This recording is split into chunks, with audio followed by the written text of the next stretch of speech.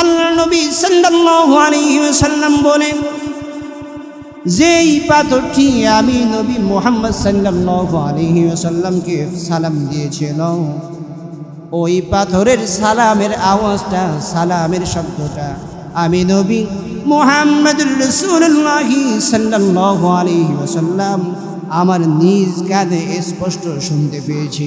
সুবহানাল্লাহ। আমার বন্ধুগণ, এরপরেও প্রথম দিকে বিশ্বনবী সাল্লাল্লাহু আলাইহি ওয়াসাল্লামকে আল্লাহ রাব্বুল আলামিন স্বপ্নের মাধ্যমে আল্লাহ রাব্বুল আলামিন অনেক কিছু জানিয়ে দিয়েছেন।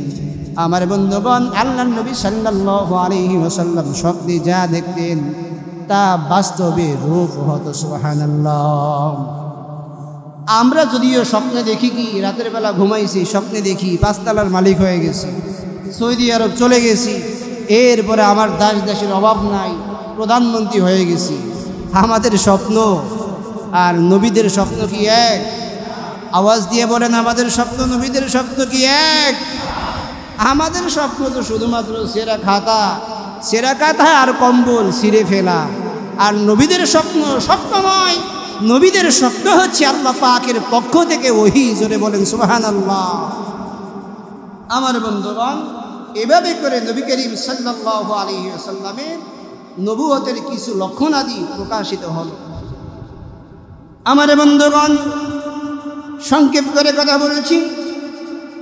বিশ্বনবী সাল্লাল্লাহু আলাইহি ওয়াসাল্লাম যখন হেরা গুহার মধ্যে আল্লাহ রাব্বুল আলামিনের সান্নিধ্য হয়, আল্লাহ রাব্বুল আলামিনের সান্নিধ্যে প্রিয় হয়ে আল্লাহ পাকের ইবাদতে মশগুল হইলেন।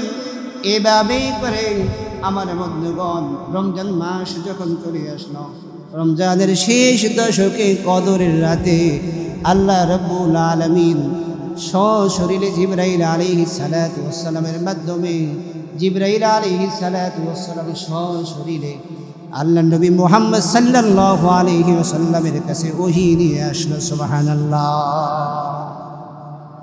বুখারীর হাদিস, হযরত মা আয়েশা সিদ্দিকা রাদিয়াল্লাহু তাআলা আনহা বলেন, আল্লাহর নবী, বিশ্ব নবী, দু জাহানের নেতা নবী মুহাম্মদুর রাসূলুল্লাহ সাল্লাল্লাহু আলাইহি ওয়াসাল্লামের কাছে জিবরাইল আসলো, এসে বলছেন, ইকরা, ও নবী আপনি পড়ুন। আল্লাহর নবী সাল্লাল্লাহু আলাইহি ওয়াসাল্লাম বললেন, আমি তো পড়তে জানি না, আমি তো পড়তে পারি না। আমার বন্ধুগণ, হাদিস শরীফের মধ্যে আল্লাহর নবী বলেন, তখন জিবরাইল আলাইহিস সালাতু ওয়াস সালাম আমাকে জড়িয়ে ধরলেন, এমনভাবে আমাকে চাপ দিলেন, আমার মনে হয় আমার জীবন চলে যাওয়ার উপক্রম হলো। এরপরে বিশ্বনবী সাল্লাল্লাহু আলাইহি ওয়াসাল্লাম আবার আমাকে ছেড়ে দিলেন, আবার বললেন যে ইকরা, পড়ো। আল্লাহর নবী সাল্লাল্লাহু আলাইহি ওয়াসাল্লাম বললেন, আমি তো পড়তে জানি না। আবার জিবরাইল আলাইহিস সালাতু ওয়াস সালাম তাকে জোরে চেপে ধরলেন। এভাবে করে প্রথমবার, দ্বিতীয়বার, তৃতীয়বার বিশ্ব নবী সাল্লাল্লাহু আলাইহি ওয়াসাল্লামকে বলা হলো, ইকরা, তুমি পড়ো, আপনি পড়ুন। জিবরাইলের প্রশ্নের জবাবে আল্লাহর হাবিব বললেন, আমি তো পড়তে জানি না।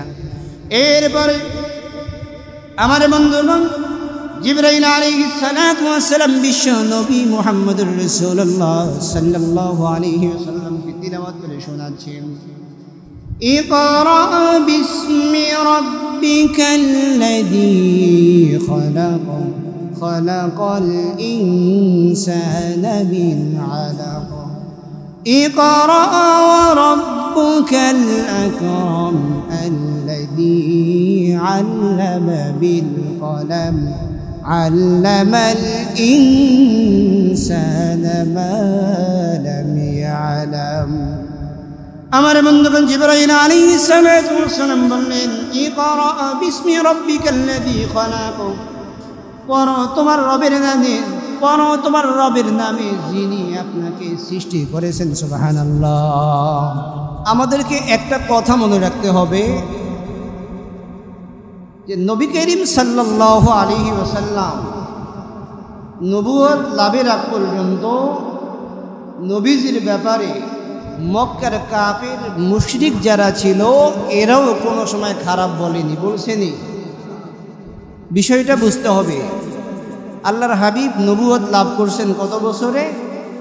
40 বছরে, 40 বছর বয়সে। কিন্তু নবুয়ত লাভ করার আগ পর্যন্ত মক্কার জমিনে যত কাফের ছিল, মুশরিক ছিল, এরা কখনো বিশ্বনবী মুহাম্মদুর রাসূলুল্লাহ সাল্লাল্লাহু আলাইহি ওয়াসাল্লামকে খারাপ বলেনি, একটা বারের জন্য খারাপ বলেনি। বরঞ্চ এই লোকগুলা নবী করিম সাল্লাল্লাহু আলাইহি ওয়াসাল্লামের সততা, নবী করিম সাল্লাল্লাহু আলাইহি ওয়াসাল্লামের আমানতদারিতা, নবী করিম সাল্লাল্লাহু আলাইহি ওয়াসাল্লামের বিশ্বাসযোগ্যতা এবং তার চারিত্রিক মাধুর্যতায় মুগ্ধ হয়ে বিশ্বনবী মুহাম্মদুর রাসূলুল্লাহ সাল্লাল্লাহু আলাইহি ওয়াসাল্লামকে একটা উপাধি দিয়েছিল। সেই উপাধি কি আমরা জানি? সেই উপাধি কি? তাহলে চারিত্রিক মাধুর্যতায় মুগ্ধ হয়ে মক্কার কাফির মুশরিকরাও আল্লাহর হাবিব সাল্লাল্লাহু আলাইহি ওয়াসাল্লামকে আল আমিন উপাধি দান করেছিল। সুবহানাল্লাহ। এই জন্য বন্ধু আমার লক্ষ্য করে দেখবেন, মক্কাতুল মুকাররমার জমিনের মধ্যে মক্কার কাফির যারা ছিল, মুশরিক যারা ছিল, আল্লাহর নবী, বিশ্ব নবী, মানবতার মুক্তির দূত মুহাম্মদুর রাসূলুল্লাহ সাল্লাল্লাহু আলাইহি ওয়াসাল্লামকে এত ভালোবাসত, মোহাব্বত করত, এত আদর করত, এমনকি আল আমিন উপাধি দান করেছিল। এই মক্কার জমিনে কাফির মুশরিকদের যেই অর্থ ছিল, টাকা ছিল, পয়সা ছিল, ধন ছিল, সম্পদ ছিল, এমনকি গুরুত্বপূর্ণ যেই সমস্ত জিনিসগুলো ছিল, সব কিছু বিশ্ব নবী মুহাম্মদুর রাসূলুল্লাহ সাল্লাল্লাহু আলাইহি ওয়াসাল্লামের কাছে আমানত রাখতেন। জোরে বলেন সুবহানাল্লাহ। বিশ্ব নবীর কাছে কি করতেন? আমানত রাখতেন। আর আল্লাহর হাবিব সাল্লাল্লাহু আলাইহি ওয়াসাল্লামকে আল আমিন উপাধি দান করেছেন। আমার বন্ধুগণ, কিন্তু এই বিশ্ব নবী মুহাম্মদুর রাসূলুল্লাহ সাল্লাল্লাহু আলাইহি ওয়াসাল্লাম তিনি যখন 40 বছর বয়সে নবুয়ত পেলেন, নবুয়ত পেয়ে যখন একাত্মবাদী রবের দাওয়াত দিতে শুরু করলেন, আমার বন্ধুগণ, পছন্দের এবং ভালোবাসার সেই মানুষটাই তাদের কাছে সব থেকে নিকৃষ্টতম মানুষ হিসাবে পরিগণিত হয়েছিল। জোরে বলেন নাউজুবিল্লাহ। বিষয়টা খেয়াল করে বুঝতে হবে এবং শুনতে হবে, তাহলে বুঝবেন। তাহলে যেই মানুষটাকে এত ভালোবাসত, মোহাব্বত করত, যদি আমরা খেয়াল করি, সাধারণ যেন কোনো একটা মানুষের সাথে যদি 1-2 দিন, 10 দিন, 5 দিন, 2 বছর, 10 বছর, 20 বছর চলাফেরা করেন, তাকে একটা উপাধি দেন আপনারা? দেন না। কিন্তু এই 40টা বছর পর্যন্ত আল্লাহর হাবিব একই জায়গায় ছিলেন। মক্কার কাফির মুশরিকরা এরা আল্লাহর হাবিবকে এত মোহাব্বত করত, ভালোবাসত, তাদের ধন সম্পদ, গুরুত্বপূর্ণ জিনিস, এমনকি টাকা পয়সা, স্বর্ণ গহনা অলংকার আল্লাহর নবীর কাছে জমা রাখতেন, আমানত রাখতেন। তাহলে কতটা বিশ্বাস্ততা হলে, কতটা ভালোবাসলে, মোহাব্বত করলে, আমানতদার হলে পরে মানুষ তার গুরুত্বপূর্ণ জিনিসগুলা একজন আরেকজনের কাছে আমানত রাখে। কি বলেন, ঠিক না? কি সাধারণ ভালোবাসলে, মোহাব্বত করলে? তার মানে বোঝা গেল যে এমন বন্ধুর কাছেই মানুষ, এমন বিশ্বাস্ত মানুষের কাছেই মানুষ আমানত রাখতে পারে, যার কাছে আমানত রাখলে খেয়ানত হওয়ার কোনো সম্ভাবনাই কি থাকে না। কি বলেন, ঠিক না? কিন্তু আমাদের বর্তমান সমাজ বলেন, আমরা যদি কোনো ব্যক্তির কাছে আমানত হিসাবে কোনো কিছু রাখি, দেখা যায় কি সপ্তাহ, মাস, কয়েক বছর পরে ঘুরলে, জমি আমানত রাখলে ওইটা আর পাওয়া যায় না, অন্যের নামে হয়ে যায়। কি বলেন, আছে না নাই? টাকা পয়সা আমানত রাখলে ওগুলো তো মোটেই খুঁজে পাওয়া যায় না। গহনা অলংকার ইত্যাদি এগুলো রাখলে এগুলোর তো খবরই পাওয়া যায় না। আমার বন্ধুগণ, তাহলে এই বিশ্বনবী মুহাম্মদুর রাসূলুল্লাহ সাল্লাল্লাহু আলাইহি ওয়াসাল্লাম, বিশ্বনবীর নাম শুনলে কি পড়তে হয়? দরুদ পড়তে হয় সাল্লাল্লাহু আলাইহি ওয়াসাল্লাম। তো আমরা নবীজির নাম যখন শুনবো আমরা দরুদ পড়ব। তো এই বিশ্বনবী মুহাম্মদুর রাসূলুল্লাহ সাল্লাল্লাহু আলাইহি ওয়াসাল্লাম 40 বছর বয়স পর্যন্ত, নবুয়ত লাভের আগ পর্যন্ত মক্কার কাফের মুশরিকদের কাছে আমানতদার ছিলেন, চারিত্রিক মাধুর্যতে মুগ্ধ ছিলেন, এমনকি তারা আল আমিন উপাধি দিয়েছিল। কিন্তু এই নবী মুহাম্মদ সাল্লাল্লাহু আলাইহি ওয়াসাল্লাম নবুয়ত পেয়ে যখন একাত্মবাদী রবের যখন দাওয়াত দিতে শুরু করলেন, যাদের কাছে বিশ্বনবী ছিলেন আল আমিন, যাদের কাছে বিশ্বনবী ছিলেন আমানতদার, যাদের কাছে বিশ্বনবী ছিলেন বিশ্বস্ত একজন লোক, তাদের কাছে এই মানুষটা, তার মানে বিশ্বনবী মুহাম্মদুর রাসূলুল্লাহ সাল্লাল্লাহু আলাইহি ওয়াসাল্লাম হয়ে গেলেন সব থেকে খারাপ মানুষ বলে পরিগণিত হলেন। জোরে বলেন নাউজুবিল্লাহ। আচ্ছা বলেন তো এর কারণ কি? তিনি যখন দাওয়াত দিলেন, কোরআনের দাওয়াত দিলেন, এক আল্লাহর গোলামের দাওয়াত দিলেন, এটাই হলো কি তার অপরাধ, এটাই হলো তার দোষ। আজকে সমাজের মধ্যে দেখবেন এক এক মসজিদে এক এক ইমাম সাহেব আমাদের মতো, কেউ চাকরি করে 20 বছর, কেউ চাকরি করে 2 বছর, কেউ চাকরি করে সারা জীবন, এমন আছে না নাই? কিন্তু যেই ব্যক্তি 20 বছর চাকরি করলো, সে যখন হক কথা বলে এরপরে চাকরি চলে যায়। আবার এমনও ব্যক্তি আছে যেই ব্যক্তি হক কথা বলার কারণে 2 মাস 3 মাস এরপরে যখন হক কথা বলছে এরপরে আর চাকরি নাই। এমনটা আছে না নাই? আপনাদের এখানেও আছে, অন্য অন্য জায়গায় আমরা দেখছি এবং শিকারও হয়েছি। আপনাদের এখানে আছে কিনা আমি জানি না। তাহলে বন্ধু আমার, যদিও আমরা একটা কথা বলি যে দাদা এইটা করছে, বাবা এইটা করছে, পূর্বপুরুষ এইটা করছে, আমার বন্ধুগণ আমি বলবো দাদা কি করলো, বাবা কি করলো, পূর্বপুরুষ কি করলো, এটা দিয়ে ইসলাম চলে না। দাদা চলবে, ইসলাম চলবে, বাবা চলবে, পূর্বপুরুষ চলবে কোরআন এবং সুন্নাহর আলোকে, ইসলামের আলোকে। জোরে বলেন ঠিক কিনা?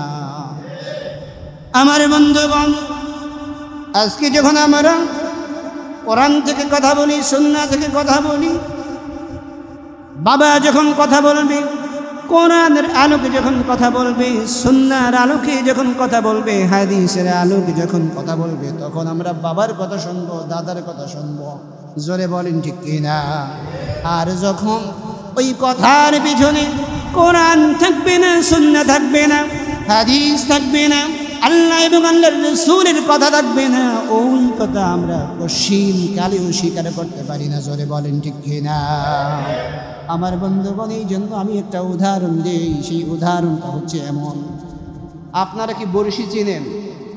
বড়শি বিশেষ করে গ্রাম অঞ্চলের মানুষ যারা, তারা অবশ্যই চিনেন। আপনারা হয়তো শহরের মানুষ অনেকে চিনেন না। আচ্ছা বলেন, এই বড়শিটা মূলত, বড়শি চিনেন তো সবাই, বড়শির মধ্যে যদি ক্যাসো গেঁথে দেয়, ক্যাসো চিনেন, মাটির নিচে থাকে, তাই না? এই বড়শির মধ্যে যদি ক্যাসো যদি গেঁথে দেওয়া হয়, এরপরে এই বড়শি যদি পানির মধ্যে ফেলা হয়, এই বড়শির মধ্যে যেই খাবারটা, ক্যাসোটা, এটা কি মাছের জন্য খাবার থাকে? যে কথা বলেন, যদি বুঝে থাকেন তাহলে বলেন খাবার থাকে? খাবার থাকে না। আপনি যদি মাছকে আধার দিতে চান, যদি খাবার দিতে চান, তাহলে আপনি তো ষড়যন্ত্রের কোনো প্রশ্নই আসে না। আপনি তাহলে বড়শির মধ্যে কেন ক্যাসো গেঁথে দিবেন? আপনি যদি মাছকে খাবার খাওয়াইতে চান, তাহলে তো আপনি সরাসরি কী করতে পারেন? পানির মধ্যে খাবার দিতে পারেন, তাই না? কিন্তু আপনি যখন বড়শির মধ্যে ক্যাচো গেঁথে দিলেন, তখন এই ক্যাচোটা মাছের জন্য আর খাবার থাকে না, এটা হয়ে যায় মাছের জন্য ষড়যন্ত্র। জোরে বলেন ঠিক কিনা? ঠিক তো দ্রোহ আমি বলবো, যারা কোরআন ছাড়া কথা বলে, সুন্নাহ ছাড়া কথা বলে, বাপ দাদার কথা বলে, বাপ দাদার দোহাই দিয়ে কথা বলে এবং শুনে, ওই কথা মানবতার কল্যাণের জন্য হতে পারে না। ওই কথা হচ্ছে মানবতার জন্য আর এক প্রকার ষড়যন্ত্র। জোরে বলেন ঠিক কিনা? এই জন্য আমরা বাপ দাদার দোহাই দিয়ে কথা বলবো না। বাপ দাদা কি বলছে, যদি কোরআন না থাকে ওই কথার মধ্যে, সুন্নাহ না থাকে, নবীজির আদর্শ না থাকে, ওই কথা আমাদের মানার প্রশ্নই আসে না। জোরে বলেন ঠিক কিনা? এই জন্য বিশ্বনবী সাল্লাল্লাহু আলাইহি ওয়াসাল্লাম তিনি যখন একাত্মবাদী রবের যখন দাওয়াত দিতে শুরু করলেন, এক আল্লাহর গোলামের কথা বলতে শুরু করলেন, কাফের মুশরিকরা চিন্তা করল, আরে এখন যদি নবী মুহাম্মদ সাল্লাল্লাহু আলাইহি ওয়াসাল্লাম যে রবের দাওয়াত দিচ্ছেন, যার গোলামের কথা বলছেন, আমরা যদি তার গোলামি করি, তাহলে তো আমাদের বাপ দাদা যা কিছুই করলো, আমাদের বাপ দাদার ধর্ম চিরতরে মুছে যাবে। এই জন্য বিশ্বনবী সাল্লাল্লাহু আলাইহি ওয়াসাল্লাম মক্কার কাফির মুশরিকদের কাছে হয়ে গেলেন সব থেকে খারাপ মানুষ। ধরে বলেন নাউজুবিল্লাহ। আমার বন্ধুগণ, আল্লাহর নবী মুহাম্মদুর রাসূলুল্লাহ সাল্লাল্লাহু আলাইহি ওয়াসাল্লাম, আল্লাহ তাআলা বিশ্বনবী সাল্লাল্লাহু আলাইহি ওয়াসাল্লামকে নবুয়ত দান করেছেন। নবুয়ত লাভের কয়েক বছর আগে বিশ্বনবী সাল্লাল্লাহু আলাইহি ওয়াসাল্লাম অত্যন্ত নিঃসঙ্গ প্রিয় ছিলেন। সুবহানাল্লাহ। এরও পিছনে কারণ আছে। কেন আল্লাহর হাবিব সাল্লাল্লাহু আলাইহি ওয়াসাল্লাম নিঃসঙ্গ প্রিয় ছিলেন? তার কারণ হচ্ছে বিশ্বনবী সাল্লাল্লাহু আলাইহি ওয়াসাল্লামের চতুর্পাশে যেই সমস্ত লোকগুলা বসবাস করত, তারা ছিল জেহালাতের মধ্যে ডুবেছিল, তারা শিরকের মধ্যে ছিল, মূর্তি পূজার মধ্যে ছিল। আল্লাহর নবী সাল্লাল্লাহু আলাইহি ওয়াসাল্লাম চিন্তিত হয়ে পড়লেন, কি করে এই সমস্ত মূর্তি পূজারী মানুষগুলা জাহিলিয়াতের মধ্যে যারা ডুবে রয়েছে, এদেরকে কি করে হেদায়েতের রাস্তায় নিয়ে আসা যায়। এই জন্য বিশ্বনবী সাল্লাল্লাহু আলাইহি ওয়াসাল্লাম পেরেশান হয়ে গেলেন, দিন দিন পেরেশানি বাড়তে লাগলো। আমার বন্ধুগণ, নবী করিম সাল্লাল্লাহু আলাইহি ওয়াসাল্লাম পেরেশান হয়ে কাবা ঘর থেকে প্রায় 6 কিলোমিটার কম বেশ হতে পারে, প্রায় 6 কিলোমিটার দূরে গারে হেরা গুহা যেটাকে বলা হয়, হাজী সাহেব যারা অথবা যারা চাকরি করেছেন তারা গেছেন, তারা দেখেছেন, আমরাও দেখেছি। এই হেরা গুহায় বিশ্বনবী মুহাম্মদুর রাসূলুল্লাহ সাল্লাল্লাহু আলাইহি ওয়াসাল্লাম একান্ত নিঃসঙ্গ প্রিয় হয়ে মহান রবের ইবাদতের উদ্দেশ্যে চলে যেতেন। সুবহানাল্লাহ।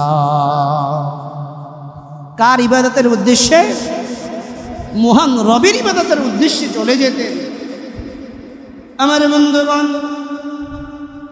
যাবার সময় বিশ্বনবী সাল্লাল্লাহু আলাইহি ওয়াসাল্লাম কিছু খাবার এবং পানীয় সঙ্গে নিয়ে যেতেন। আমার বন্ধুগণ, বাইহাকির বর্ণনার মধ্যে এসে বিভিন্ন সিরাত গ্রন্থের মধ্যে এসে বিশ্বনবী সাল্লাল্লাহু আলাইহি ওয়াসাল্লাম খাবার এবং পানীয় নিয়ে যেতেন।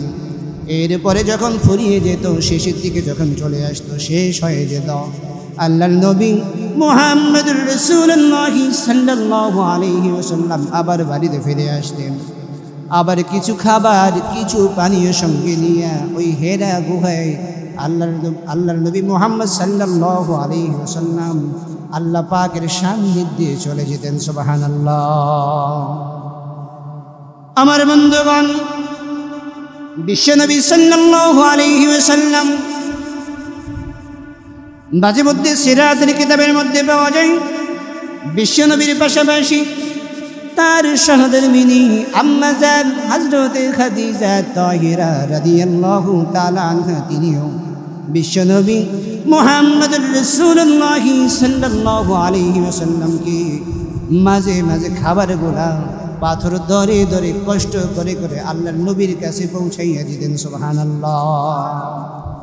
আমার বন্ধুগণ, আম্মা জান হযরতে মা খাদিজা তাহিরা রাদিয়াল্লাহু তাআলা আনহাকে আল্লাহ রাব্বুল আলামিন সালাম বলেছেন, এমনি এমনি সালাম বলেন নাই। তার এই কাজগুলা আল্লাহ রাব্বুল আলামিনের কাছে এত বেশি পছন্দ হয়েছে, এত বেশি ভালো লেগেছে, আল্লাহ রাব্বুল আলামিন জিবরাইলের মাধ্যমে, বিশ্বনবীর মাধ্যমে মা খাদিজাতুল কুবরা রাদিয়াল্লাহু তাআলা আনহাকে আল্লাহ রাব্বুল আলামিন স্বয়ং নিজে সালাম বলেছেন। সুবহানাল্লাহ। তো আল্লাহ পাক কি যেন তেন মানুষকে সালাম বলেন? জোরে বলেন, সালাম বলেন।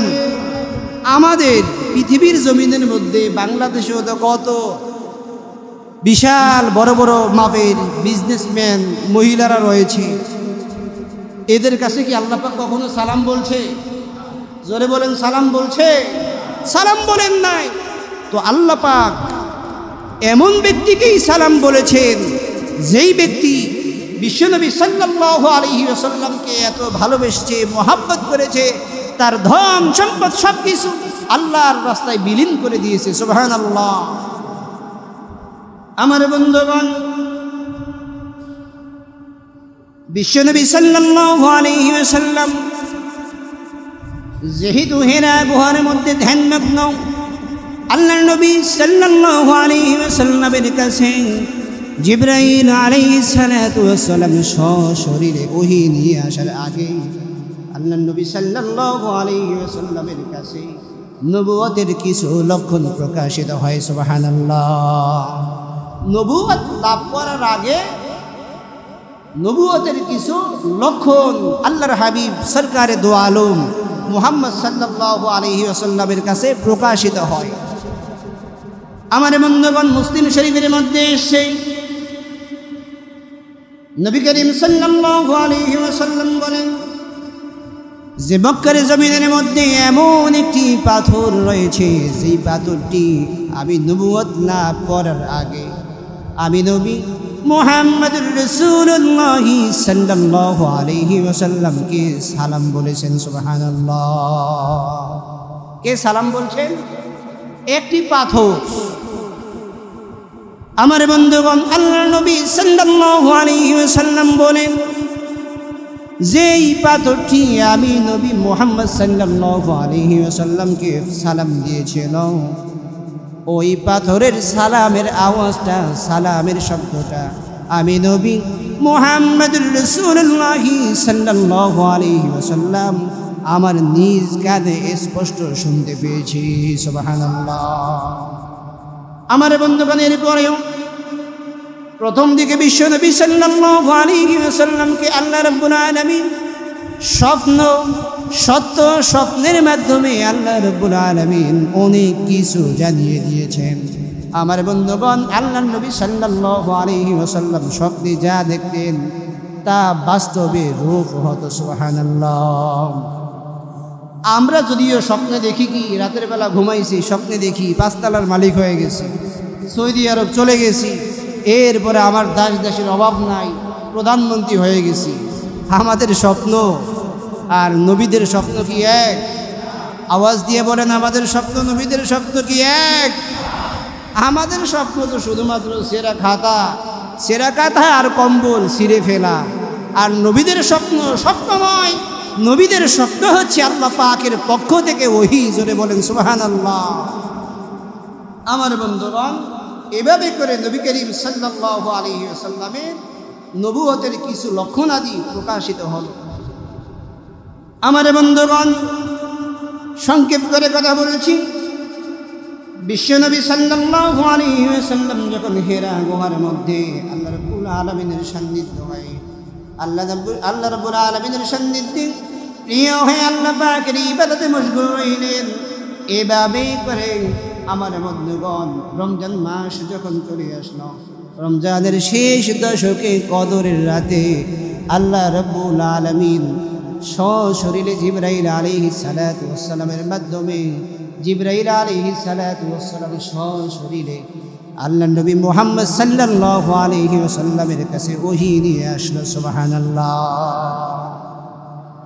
বুখারীর হাদিস, হযরত মা আয়েশা সিদ্দিকা রাদিয়াল্লাহু তাআলা আনহা বলেন, আল্লাহর নবী, বিশ্ব নবী, দু জাহানের নেতা নবী মুহাম্মদুর রাসূলুল্লাহ সাল্লাল্লাহু আলাইহি ওয়াসাল্লামের কাছে জিবরাইল আসলো। এসে বলছেন, ইকরা, ও নবী আপনি পড়ুন। আল্লাহর নবী সাল্লাল্লাহু আলাইহি ওয়াসাল্লাম বললেন, আমি তো পড়তে জানি না, আমি তো পড়তে পারি না। আমার বন্ধুগণ, হাদিস শরীফের মধ্যে আল্লাহর নবী বলেন, তখন জিবরাইল আলাইহিস সালাতু ওয়াস সালাম আমাকে জড়িয়ে ধরলেন, এমনভাবে আমাকে চাপ দিলেন, আমার মনে হয় আমার জীবন চলে যাওয়ার উপক্রম হলো। এরপরে বিশ্বনবী সাল্লাল্লাহু আলাইহি ওয়াসাল্লাম আবার আমাকে ছেড়ে দিলেন, আবার বললেন যে ইকরা, পড়ো।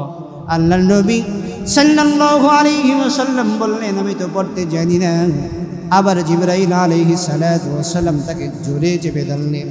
এভাবে করে প্রথমবার, দ্বিতীয়বার, তৃতীয়বার বিশ্ব নবী সাল্লাল্লাহু আলাইহি ওয়াসাল্লামকে বলা হলো, ইকরা, তুমি পড়ো, আপনি পড়ুন। জিবরাইলের প্রশ্নের জবাবে আল্লাহর হাবিব বললেন, আমি তো পড়তে জানি না। এরপরে আমার বন্ধুগণ, জিবরাইল আলাইহিস সালাতু ওয়াস সালাম বিশ্ব নবী মুহাম্মদুর রাসূলুল্লাহ সাল্লাল্লাহু আলাইহি ওয়াসাল্লামকে তিলাওয়াত করে শোনাচ্ছেন, ইকরা বিসমি রাব্বিকাল্লাযী খলাক, খলাকাল ইনসানা মিন আলাক, ইকরা ওয়া রাব্বুকাল আকরাম আল্লাযী আল্লামা বিল কলম, আল্লামাল ইনসানা মা লাম ইয়ালাম। আমার বন্ধুগণ, জিবরাইল আলাইহিস সালাতু ওয়াস সালাম বললেন, ইকরা বিসমি রাব্বিকাল্লাযী খলাক, পড়ো তোমার রবের নামে, পড়ো তোমার রবের নামে যিনি আপনাকে সৃষ্টি করেছেন। সুবহানাল্লাহ। আমার বন্ধুগণ, তাহলে জিবরাইল আলাইহিস সালাতু ওয়াস সালাম সশরীরে বিশ্বনবীর কাছে এই সর্বপ্রথম ওহী নিয়ে আসছেন। সুবহানাল্লাহ। জিবরাইল আলাইহিস সালাতু ওয়াস সালাম বলছেন, খলাকাল ইনসানা মিন আলাক, যিনি মানুষকে জমাট বাঁধা রক্তপিণ্ড থেকে সৃষ্টি করেছেন। এরপরে বলেছেন, ইকরা ওয়া রাব্বুকাল আকরাম, পড়ো তোমার রব তো বড় দয়াবান। এরপরে জিবরাইল বললেন, আল্লাযী আল্লামা বিল কলম, যিনি কলমের সাহায্যে শিক্ষা দিয়েছেন। সুবহানাল্লাহ। এরপরে জিবরাইল আলাইহিস সালাতু ওয়াস সালাম সূরাতুল আলাকের ৫ম নম্বর আয়াত নাযিল করলেন, আল্লামাল ইনসানা মা লাম ইয়ালাম। জিবরাইল বলছেন, মানুষকে তিনি তা শিক্ষা দিয়েছেন যা মানুষ কখনো জানত না। আমার বন্ধুগণ, যিনি শিখাইলেন তিনি কে? আরো জোরে বলেন, তিনি কে? আল্লাহ পাক। কোনো সন্দেহ আছে? আমার বন্ধুগণ, বিশ্বনবী মুহাম্মদুর রাসূলুল্লাহ সাল্লাল্লাহু আলাইহি ওয়াসাল্লামের সর্বপ্রথম জিবরাইল আলাইহিস সালাতু ওয়াস সালাম সশরীরে আল্লাহর নবীর কাছে ওহী নিয়ে নাজিল হলো। আল্লাহর নবী মুহাম্মদুর রাসূলুল্লাহ সাল্লাল্লাহু আলাইহি ওয়াসাল্লাম আগে কখনো তো জিবরাইলকে দেখে নাই। এই জন্য নবী করিম সাল্লাল্লাহু আলাইহি ওয়াসাল্লাম ভয় পেলেন। বাড়িতে এলেন, দরজার মধ্যে নক করলেন, বললেন, প্রিয়তমা স্ত্রী রে খাদিজা, দরজাটাকে খুলে দাও। নক করার সঙ্গে সঙ্গে আম্মা জান খাদিজাতুল কুবরা আত-তাহিরা রাদিয়াল্লাহু তাআলা আনহা সঙ্গে সঙ্গে দরজা খুলে দিলেন।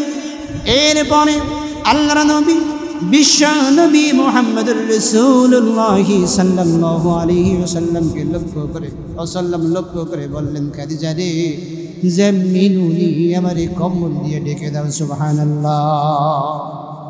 কম্বল দিয়ে যখন ঢেকে দিলেন, আবৃত করে দিলেন, আল্লাহর নবী কিছুক্ষণ পর যখন আশ্বস্ত হলেন, তখন দেখেন স্ত্রীর কাছে আম্মা জান খাদিজা তাহেরা রাদিয়াল্লাহু তাআলা আনহার কাছে এবার হেরা গুহার সমস্ত ঘটনা বিস্তারিত বললেন। বিবিরে, সহধর্মিনী, আমি তো আমার সঙ্গে এই ঘটনা ঘটছে, এই অবস্থা, আমি ভয় পেয়েছি।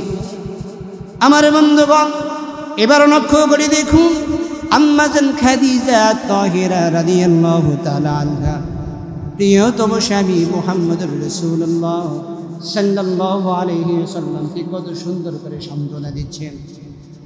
বলছেন, স্বামীগণ, ভয়ের কোনো কারণ নাই, চিন্তার কোনো কারণ নাই। আপনি চিন্তা করবেন না, আপনি ভয় পাবেন না, আপনাকে কোনো দুষ্ট জিন আক্রমণ করতে পারে না। সুবহানাল্লাহ।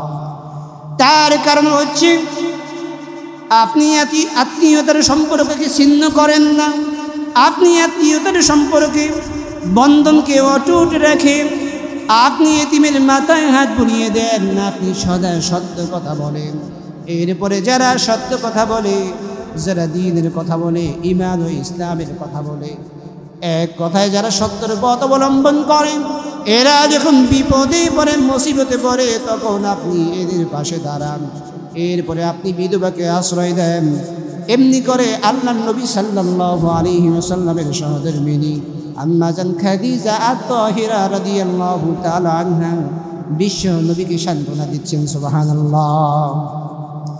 এরপরে বলছেন, ওগো আমার প্রিয়তম স্বামী, শুধুমাত্র তাই নয়, আমি আপনার সঙ্গে 1 বছর নয়, 2 বছর নয়, 3 বছর নয়, দীর্ঘ 15টা বছর পর্যন্ত দাম্পত্যময় জীবন কাটাচ্ছি, সংসার করছি। আমি খাদিজা এই 15টা বছরের মধ্যে আপনার চরিত্রের মধ্যে, আপনার ক্যারেক্টারের মধ্যে একটা জাররা পরিমাণ কোনো রকমের কোনো ত্রুটি খুঁজে পাই নাই। সুবহানাল্লাহ। এই জন্য বলছেন যে আপনার ভয়ের কোনো কারণ নাই, আপনি চিন্তিত হবেন না, দুশ্চিন্তার কোনো কারণ নাই। কোনো দুষ্ট জীব আপনাকে কোনো অনিষ্ট আক্রমণ করতে পারে না, আসর করতে পারে না। জোরে বলেন সুবহানাল্লাহ। আরে বন্ধুগণ, আল্লাহর নবীর সহধর্মিনী আম্মা জান খাদিজা আত-তাহিরা রাদিয়াল্লাহু তাআলা আনহা বিশ্ব নবী মুহাম্মদুর রাসূলুল্লাহ সাল্লাল্লাহু আলাইহি ওয়াসাল্লামকে নিয়ে ওরাকা বিন নওফলের কাছে চলে গেলেন। আর এই ওরাকা বিন নওফল ছিল, আমার বন্ধুগণ, সিরাতের কিতাবের মধ্যে পাওয়া যায়, জাহিলি যুগের সময় ওরাকা বিন নওফল তিনি খ্রিস্টান ধর্ম গ্রহণ করেছিলেন। আমার বন্ধুগণ, এই ওরাকা বিন নওফল তিনি ইনজিলের আলিম ছিল, বিশাল বড় পণ্ডিত ছিল। ওই সময় এই ওরাকা বিন নওফল তিনি অন্ধ হয়ে গেছে, বয়োবৃদ্ধ হয়ে গেছে। এরপরে আম্মা জান খাদিজা আত-তাহিরা রাদিয়াল্লাহু তাআলা আনহা তিনি যখন বিশ্ব নবীকে নিয়ে এর কাছে চলে গেলেন, গিয়ে বললেন, চাচা আপনার ভাতিজা কি বলে আপনি একটু লক্ষ্য করে শুনুন। এরপরে ওরাকা বিন নওফল বলল, আমার বন্ধুগণ, বিশ্ব নবীকে লক্ষ্য করে বলল, ভাতিজা রে, তোমার সঙ্গে কি হয়েছে, তুমি কি দেখেছো আমার কাছে বলে বলো। তিনি যেহেতু ইনজিলের বিশাল বড় আলিম ছিল, পণ্ডিত ছিল, যখন তার কাছে বলা হলো তখন তিনি বললেন, হাযান নামুস, ও আমার ভাতিজা, দুশ্চিন্তার কোনো কারণ নাই, ভয়ের কোনো কারণ নাই। তার কারণ হচ্ছে এটা তো ওই ফেরেশতা যিনি মূসা আলাইহিস সালাতু ওয়াস সালামের কাছে ইতিপূর্বে এসেছিল। সুবহানাল্লাহ। আর জোরে বলেন সুবহানাল্লাহ। আমার বন্ধুগণ, তার মানে হচ্ছে এই ব্যক্তি কোনো মানুষ নন, উনি কোনো জিন নয়, কোনো অনিষ্ট নয়, উনি হচ্ছে আল্লাহ রাব্বুল আলামিনের ফেরেশতা জিবরাইল আলাইহিস সালাতু ওয়াস সালাম। সুবহানাল্লাহ। তার মানে হচ্ছে আল্লাহ রাব্বুল আলামিন তোমাকে মনোনীত করেছেন, নবী বানাবেন, রাসূল বানাবেন। তবে আমার বড় দুঃখ হয়, আমার বড় আফসোস হয়, আমি তো অন্ধ হয়ে গেলাম, আমি তো বয়োবৃদ্ধ হয়ে গেলাম, চোখে দেখতে পাই না, আমি তো আর বেঁচেও বেশি দিন থাকবো না। তবে আমি যদি এখন যুবক অবস্থায় থাকতাম, আমি যদি তরুণ থাকতাম, আমার যদি ওই সময় পর্যন্ত যদি হায়াত থাকতো, তাহলে আমি ওই সময় তোমাকে সব থেকে বেশি সাহায্য করতাম, সহযোগিতা করতাম। জোরে বলেন সুবহানাল্লাহ। তার মানে ওরাকা বিন নওফল বলল, ইনজিলের যিনি আলিম ছিল, পণ্ডিত ছিল, তিনি বলল, ভাতিজারে লক্ষ্য করে শোনো, এমন একটা সময় আসবে যখন তুমি একাত্মবাদী রবের যখন দাওয়াত দিতে শুরু করবে, এক আল্লাহর গোলামীর কথা যখন বলতে শুরু করবে, বাপ দাদার বিপক্ষে যখন কথা বলবে, বাপ দাদার কথায় দেশ চলবে না, মানুষ চলবে না, ইসলাম চলবে না, যখন তুমি বলবে, তখন দেখবা তোমার দেশের লোকেরা তোমাকে তোমার দেশ থেকে বিতাড়িত করবে। জোরে বলেন ঠিক কিনা? আমার বন্ধুগণ, আমরা জানি আল্লাহর নবী বিশ্বনবী মুহাম্মদুর রাসূলুল্লাহ সাল্লাল্লাহু আলাইহি ওয়াসাল্লাম জন্মগ্রহণ করেছেন কোথায়? আল্লাহর নবী জন্মগ্রহণ করেছেন কোথায়? মক্কাতুল মুকাররমায়। কিন্তু আল্লাহর নবী বিশ্বনবী মুহাম্মদুর রাসূলুল্লাহ সাল্লাল্লাহু আলাইহি ওয়াসাল্লাম শুয়ে আছেন কোথায়? তার মানে আল্লাহর নবী মুহাম্মদ সাল্লাল্লাহু আলাইহি ওয়াসাল্লাম রবির গোলামির দাওয়াত দেওয়ার কারণে, বাপ দাদার ধর্মের বিরুদ্ধে কথা বলার কারণে, এক আল্লাহর কথা বলার কারণে জন্মস্থানে টিকতে পারে নাই। আর আমরা তো সাধারণত একটা মসজিদের ইমাম এবং খতিব, জোরে বলেন ঠিক কিনা? কি বলেন ঠিক কিনা? উনি হচ্ছেন বিশ্ব নবী, নবীদের নবী, ইমামুল মুরসালিন, খাতামুন নবিয়্যিন, শেষ নবী। তাহলে উনি কোরআনের কথা বলার কারণে নিজের জন্মভূমিতে টিকতে পারল না, আর আমরা তো মাত্র কয়েক পয়সার মানে হুজুর। আমরা তো সাধারণত একজন আলেম, একজন মসজিদের খতিব এবং ইমাম, জোরে বলেন ঠিক কিনা? তাহলে বিশ্বনবী সাল্লাল্লাহু আলাইহি ওয়াসাল্লাম হক কথা বলে টিকতে পারে নাই, আর আমরা টিকবো কি? কি বলেন ঠিক কিনা? আমরা যে কথা বলছি এটাই তো আমাদের সব থেকে বড় পাওয়া। তবে এই জন্য আমি মনে করি এক এক মসজিদ থেকে বিদায় নেওয়া, হক কথা বলার পরে বিদায় নেওয়া, এটা হচ্ছে রাসূলের সুন্নাহর মধ্যে অন্যতম একটা সুন্নাহ, জোরে বলেন ঠিক কিনা? আমি মনে করি প্রত্যেকটা ইমামের এই সুন্নাহ পালন করা দরকার আছে না নাই? শুধুমাত্র কদু খাওয়া সুন্নত আর মধু খাওয়া সুন্নত, এই সুন্নতের মধ্যে সীমাবদ্ধ রাখলেই চলবে না। কঠিন সুন্নত, রক্ত ঝরা সুন্নত, জেলের সুন্নত, জুলুমের সুন্নত, প্রত্যেকটা আলেমের এই সুন্নতগুলো আদায় করা দরকার আছে না নাই? জোরে বলেন দরকার আছে না নাই? শুধুমাত্র মসজিদের ইমাম সাহেবরাই করবে না, খতিব সাহেবরাই করবে না, যারা নবীর অনুসারী, যারা নবীর উম্মত, প্রত্যেকটা উম্মতকে এই সমস্ত সুন্নাহগুলা অনুকরণ করা দরকার আছে না নাই? আপনারা অনুসরণ করতে সহজে পারবেন। কেমনে পারবেন? সেটা হচ্ছে এমনি, মসজিদের হুজুরেরা যখন বাপ দাদার ধর্মের বিপক্ষে কথা বলে, কোরআনের যখন কথা বলে, বাপ দাদার আসলেই সত্যি করে বলেন, বাপ দাদায় কি বলছে এটা দিয়ে কি ইসলাম চলবে? পূর্বপুরুষ কি বলছে এটা দিয়ে ইসলাম চলবে? সবাই কথা বলেন, চলবে নি? চলবে না। কোরআন কি বলছে, সুন্নাহ কি বলছে, ইসলাম কি বলেছে, আল্লাহ কি বলেছে, রাসূল কি বলেছে, এগুলা দিয়ে বাপ দাদার ধর্ম চলবে, আমরা চলবো। জোরে বলেন ঠিক কি না? আমার বন্ধুগণ, যখনই আমরা এই কথা বলছি তখনই আমাদের পিছনে আমাদের বিরুদ্ধে বিশাল বড় বড় বন্ধু শুরু হয়ে গেছে। কি বলেন ঠিক কি না? বন্ধু বুঝেন তো? শত্রু, এক কথাই কি শত্রু লেগে যায়। শত্রু হতে পারে মানুষ শত্রু, হতে পারে জিন শত্রু, হতে পারে তৃতীয় কোনো শত্রু, এবং হয় কি হয় না? জোরে বলেন, হয় কি হয় না?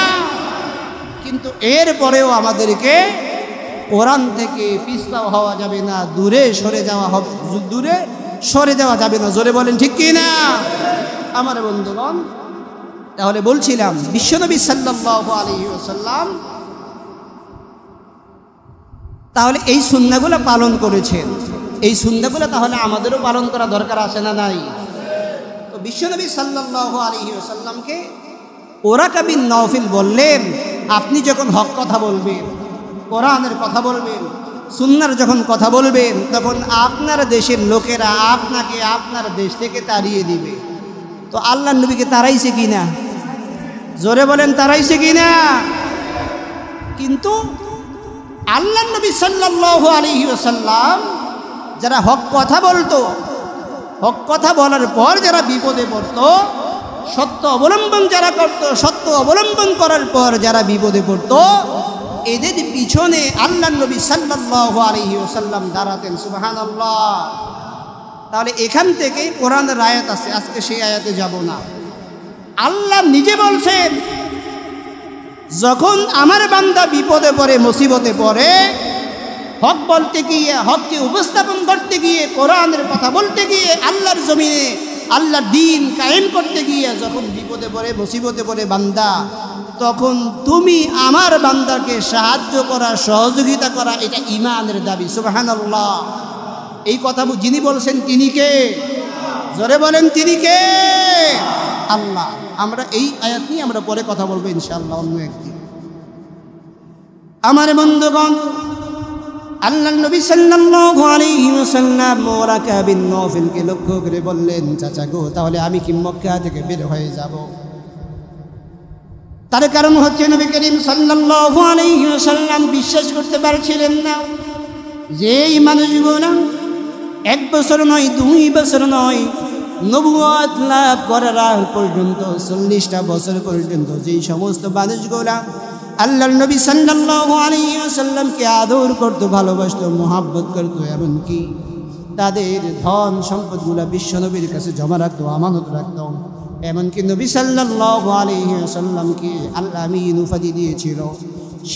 সেই সমস্ত মানুষের কাছে যদি নবী মুহাম্মদ সাল্লাল্লাহু আলাইহি ওয়াসাল্লাম এক আল্লাহর গোলামীর দাওয়াত দেয়, কোরআনের কথা বলে, ইসলামের কথা বলে, তাহলে আল্লাহর নবীকে যে দেশ থেকে তাড়িয়ে দিবেন আল্লাহর নবী চিন্তাও করতে পারেন নাই। ওয়ারাকা বিন নওফল বলল, বাতিজারে, শুধুমাত্র তাই নয়, তোমার পূর্বে আল্লাহ রাব্বুল আলামিন যাদেরকে এই দায়িত্ব দিয়েছিল, যেই সমস্ত নবীরা এই দাওয়াত দিয়েছিল, দাওয়াত দেওয়ার কারণে তৎকালীন সময়ে তাদের স্বজাতির লোকেরা তাদেরকে তাদের দেশে, তাদের এলাকায় থাকতে দেয় নাই। জোরে বলেন, ঘটনা আছে না নাই? আমার বন্ধুগণ, হক কথা বলার কারণে জীবন দিয়েছে অসংখ্য অগণিত নবীরা। আমার বন্ধুগণ, জীবন দিয়েছে সাহাবায়ে কেরাম রিদওয়ানুল্লাহি তাআলা আলাইহিম আজমাইন। জোরে বলেন ঠিক কিনা? আমার বন্ধুগণ, হক কথা বলার কারণে, কোরআনের কথা বলার কারণে, আল্লাহর জমিনে আল্লাহর দ্বীন কায়েমের কথা বলার কারণে শুধুমাত্র নবীরা নয়, সাহাবীরা নয়, পয়গম্বরেরা নয়, নবীদের উত্তরসূরি আলেমরাও হক কথা বলার কারণে মাসের পর মাস, বছরের পর বছর, যুগের পর যুগ জেলখানার মধ্যে থেকে এরপরেও নির্দোষ হওয়া সত্ত্বেও ফাঁসির কাষ্টে ঝুলাইয়া এরপরে শাহাদাতের পেলা তাদের নসিব হয়েছে। জোরে বলেন ঠিক কিনা? আমার বন্ধু, তাহলে আমরা তো ক্ষুদ্রমাত্র একজন কোরআনের ছাত্র, আমরা তো কোরআনের ছাত্র। আমরা হক কথা বলতে গেলে, কোরআনের কথা বলতে গেলে বিপদ আসবে, মুসিবত আসবে, হামলা আসবে, মামলা আসবে, জেল আসবে, জুলুম আসবে, এটা তো স্বাভাবিক। জোরে বলেন ঠিক কিনা? আমার বন্ধুগণ, এই জন্য আমি বলবো, যারা এই কোরআনের কথা বলবে, সুন্নাহর কথা বলবে, হকের কথা বলবে, সত্যকে উপস্থাপন করবে, এরা যখন বিপদে পড়বে, মুসিবতে পড়বে, হামলার শিকার হবে, মামলার শিকার হবে, অপমানের শিকার হবে, এদের পাশে আমাদের দাঁড়ানো দরকার আছে না নাই? আল্লাহ অন্য আয়াতের মধ্যে বলছেন, বান্দারে, আমার বান্দা যখন বিপদে পড়ে, মুসিবতের মধ্যে পড়ে, যদি আমার বান্দাকে তুই সাহায্য না করো, সহযোগিতা না করো, স্মরণ করো সেই সময়ের কথা, যেই সময় আমার নবী সাল্লাল্লাহু আলাইহি ওয়াসাল্লাম মক্কার কাফির মুশরিকদের অত্যাচার এবং অতিষ্ঠ হয়ে মক্কা থেকে হিজরত করেছেন। তখন স্বয়ং আমি আল্লাহ রাব্বুল আলামিন আমার নবীকে সাহায্য করেছি। জোরে বলেন সুবহানাল্লাহ। শুধুমাত্র তাই নয়, বদরের ময়দানে আমরা যদি বদরের ইতিহাস দেখি, বদরের ময়দানে মাত্র সংখ্যায় ছিল, মুসলমানদের সংখ্যা ছিল কম, কাফির মুশরিকদের সংখ্যা ছিল অনেক বেশি। কিন্তু বদরের ময়দানে আল্লাহ রাব্বুল আলামিন মুসলমানদের জন্য, মুসলমানদের পক্ষে আকাশ থেকে রহমতের ফেরেশতা পাঠাইয়া মুসলমানদেরকে সাহায্য করছেন কি করেন নাই? তাহলে যে আল্লাহ ওই সময় সাহায্য করেছেন, সহযোগিতা করেছেন, সেই আল্লাহ এখনো আছে না নাই? জোরে জোরে বলেন, আছে না নাই? তাহলে মুমিনের জন্য, ইমানদারের জন্য দুনিয়ার মানুষ যদি বিপদে পড়ার পর সাহায্য না করে, সহযোগিতা না করে, আমার আল্লাহ আমাদের জন্য যথেষ্ট। জোরে বলেন ঠিক কিনা? আরো আসতে বলেন, জোরে বলেন ঠিক কিনা? আমার বন্ধুগণ, সংক্ষেপ করে দিলাম। এবার আসুন, আল্লাহ সুবহানাহু ওয়া তাআলা বিশ্বনবী মুহাম্মদ সাল্লাল্লাহু আলাইহি ওয়াসাল্লামকে যে এই 40 বছর বয়সে নবুয়ত দান করলেন, বিশ্বনবী এরপরে জন্মভূমিতে টিকতে পারল না। যেই কোরআন নাজিল করলেন জিবরাইলের মাধ্যমে, এই কোরআন আল্লাহ রাব্বুল আলামিন কেন নাজিল করলেন? রব্বুল আলামিন কোরআনুল কারীমের মধ্যে বলছেন, কিতাবুন আনজালনাহু ইলাইকা লিতুখরিজান নাসা মিনাজ যুলুমাতি ইলান নূর। রব্বুল আলামিন বলছেন, নবী গো, আমি আল্লাহ রাব্বুল আলামিন আপনার উপর এই কিতাব এই জন্য নাজিল করেছি, অবতীর্ণ করেছি, যাতে করে আপনি মানব মণ্ডলীকে বের করে আনতে পারেন অন্ধকার থেকে আলোর দিকে। জোরে বলেন ঠিক কিনা? আমার বন্ধুগণ, আমার অবস্থা হচ্ছে আজকে যারা বাপ দাদার কথা বলে, বাপ দাদার ধর্মের কথা বলে, আমার বন্ধুগণ আমি আপনাদের কাছে জানতে চাই, তারা কি ইসলামের মধ্যে আসে নাকি ইসলাম থেকে দূরে আসে? জোরে বলেন, ইসলামের মধ্যে আসে না ইসলাম থেকে দূরে আসে? ইসলাম থেকে দূরে থাকা তার মানে হচ্ছে অন্ধকারের মধ্যে আসে। আমার বন্ধুগণ, আল্লাহ রাব্বুল আলামিন বিশ্ব নবীকে লক্ষ্য করে বললেন, নবী গো, আমি আল্লাহ এই জন্য কোরআন নাজিল করেছি যাতে করে মানব মণ্ডলীকে বের করে আনতে পারেন অন্ধকার থেকে আলোর দিকে। সুবহানাল্লাহ। এবার যদি আমরা লক্ষ্য করি, অন্ধকার কি? অন্ধকার হচ্ছে মানুষের তৈরি করা যত মতাদর্শ রয়েছে, মানুষের তৈরি করা যত মতবাদ রয়েছে, সব হচ্ছে অন্ধকার। জোরে বলেন ঠিক কি না? আর ইসলাম হচ্ছে নূর, কোরআন হচ্ছে নূর। আল ইসলাম নূরুন, ইসলাম হচ্ছে নূর। আল কোরআন নূরুন, কোরআন হচ্ছে নূর। জোরে বলেন ঠিক কি না? তাহলে আমরা কোরআন সুন্নাহ এগুলো থাকতে বাপ দাদারকে চেকাহিদি দরকার আছে? জোরে বলেন দরকার আছে? আমার বন্ধুগণ, আল্লাহ সুবহানাহু ওয়া তাআলা এই জন্য বলছেন, অন্ধকারের বহু বচন ব্যবহার করেছেন জুলমাত, মানে অন্ধকার। জুলমা এক বচন, জুলমাত হচ্ছে বহু বচন। এখানে যারা আলেম আছেন তারা বুঝে। আমার বন্ধুগণ, তার মানে হচ্ছে অন্ধকারের পথ হয় নানান প্রকার, আর নূরের পথ, আলোর পথ, নূরের পথ, আলোর পথ বিভিন্ন প্রকার হয় না। নূরের পথ হয় একটা, আলোর পথ হয় একটাই। জোরে বলেন ঠিক কিনা? আমার বন্ধুগণ, নূরের বহু বচন হচ্ছে আনোয়ার, কিন্তু আনোয়ার শব্দ আল্লাহ রাব্বুল আলামিন কোরআনের মধ্যে ব্যবহার করেন নাই। তার কারণ হচ্ছে অন্ধকারের পথ হয় নানান প্রকার, আর আলোর পথ হয়, নূরের পথ হয় একটাই। জোরে বলেন ঠিক কিনা? তার মানে হচ্ছে নূরের পথ, আলোর পথ হচ্ছে ইসলাম, নূরের পথ, আলোর পথ হচ্ছে কোরআন। জোরে বলেন ঠিক কিনা? আমার বন্ধুগণ, আল্লাহ রাব্বুল আলামিন কোরআনুল কারীমের মধ্যে দ্বিতীয় জায়গায় বলছেন, ইয়া রাসূলুল্লাহ, ইয়া হাবিবাল্লাহ, কেন কোরআন নাজিল করলাম, অবতীর্ণ করলাম?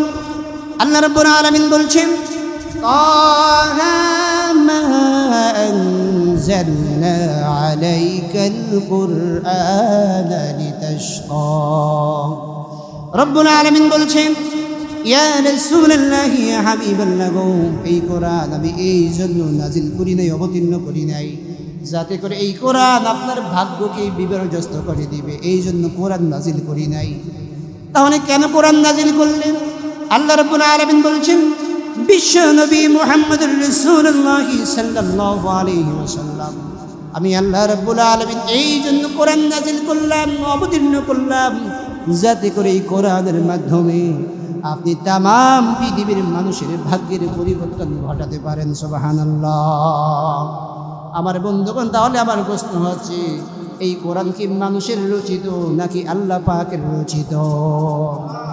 জোরে বলেন, এই কোরআন কার রচিত? কোনো সন্দেহ আছে? সন্দেহ থাকলে ঈমান থাকবে? জোরে বলেন, ঈমান থাকবে? তাহলে আমরা কোরআন এবং সুন্নাহ অনুসরণ করব ইনশাআল্লাহ। আমার বন্ধুগণ, এবার লক্ষ্য করে দেখুন, আল্লাহ রাব্বুল আলামিন বলছেন, বিশ্বনবী সাল্লাল্লাহু আলাইহি ওয়াসাল্লামের কাছে যখন কোরআন নাজিল হতে লাগলো, আল্লাহ নবী সাল্লাল্লাহু আলাইহি ওয়াসাল্লাম তখন তাড়াহুড়া করে মুখস্থ করার জন্য চেষ্টা করতে লাগলো। আল্লাহ রাব্বুল আলামিন বিশ্বনবীর কাছে জিবরাইলের মাধ্যমে ওহী নাযিল করে জানিয়ে দিলেন, ইয়া রাসূলুল্লাহ, ইয়া হাবিবাল্লাহ গো, আপনি তাড়াহুড়ার কোনো প্রয়োজন নাই, কোনো দরকার নাই। আমার জিবরাইল যখন আপনার কাছে ওহী নিয়ে যাবে, জিবরাইল যখন আয়াত নাযিল করবে, অবতীর্ণ করবে, আপনি শুধুমাত্র বারবার কষ্ট করবেন, সেটা আমি আল্লাহ পাক সহ্য করতে পারবো না। আপনি মাত্র আমার জিবরাইলের সঙ্গে মাত্র একটিবার উচ্চারণ করবেন, গোটা কোরআনকে মুখস্থ করে দেওয়ার দায়িত্ব আমি আল্লাহ রাব্বুল আলামিন গ্রহণ করে নিলাম। সুবহানাল্লাহ। রব্বুল আলামিন বলছেন, লা তুহাররিক বিহি লিসানাকা লিতাজালা বি।